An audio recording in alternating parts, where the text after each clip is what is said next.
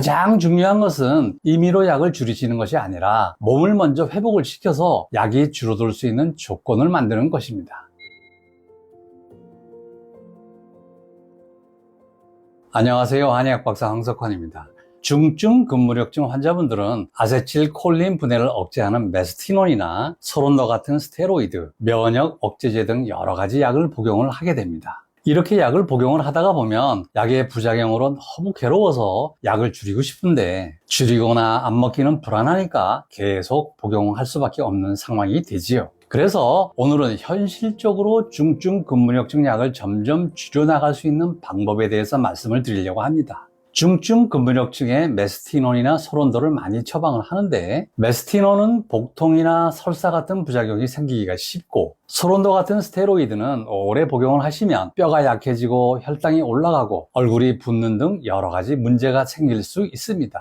면역 억제제는 감염에 취약할 수 있고 간과 신장에도 부담을 주게 되지요. 이런 부작용들이 쌓이다 보면 환자분들 입장에서는 중증 근무력증도 힘든데 약의 부작용 때문에 더 괴롭고 힘든 상황이 생기게 되는 경우가 많습니다. 환자분들을 진료를 해보면 약을 임의로 줄여서 드시는 분들도 계시고, 해외여행을 가기 위해 고용량 스테로이드 치료를 받으셨다가 오히려 부작용이 생겨서 여행 자체를 못 가게 되는 안타까운 사례도 있었습니다. 그렇다면 중증 근무력증 약을 안전하게 줄여나갈 수 있는 방법이 있을까요? 결론부터 말씀드리면 있습니다. 다만 꼭 강조드리고 싶은 것은 리바운드 현상이 나타날 수 있으니까 절대로 임의로 약을 줄이거나 중단하면 안 된다는 겁니다. 제가 중증 근무력증을 치료하는 방법은 한약 치료와 침 치료로 우리 몸의 원기를 끌어올려서 면역 균형을 회복을 시키므로 몸이 좋아지면서 눈꺼풀이 처지거나 복시 현상도 점점 호전이 되니까 메스티논이나 소론도 같은 약들도 줄여서 복용을 하게 됩니다. 다시 말하면 약을 먼저 줄이는 것이 아니라 몸을 먼저 건강하게 회복을 시키면 약이 필요 없는 상태로 된다는 겁니다.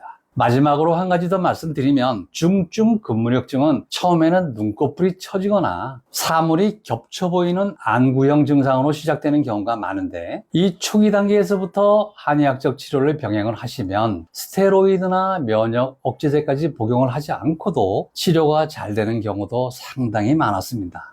이미 여러 가지 약을 복용 중이라도 체질에 맞는 치료를 꾸준히 받으면 몸의 원기가 회복되고 면역 균형이 되살아나면서 약을 점점 줄여나갈 수 있습니다. 가장 중요한 것은 임의로 약을 줄이시는 것이 아니라 몸을 먼저 회복을 시켜서 약이 줄어들 수 있는 조건을 만드는 것입니다. 오늘 영상이 중증 근무력증 약에 부담을 느끼시는 분들에게 도움이 되시길 바랍니다. 오늘도 시청해 주셔서 감사합니다.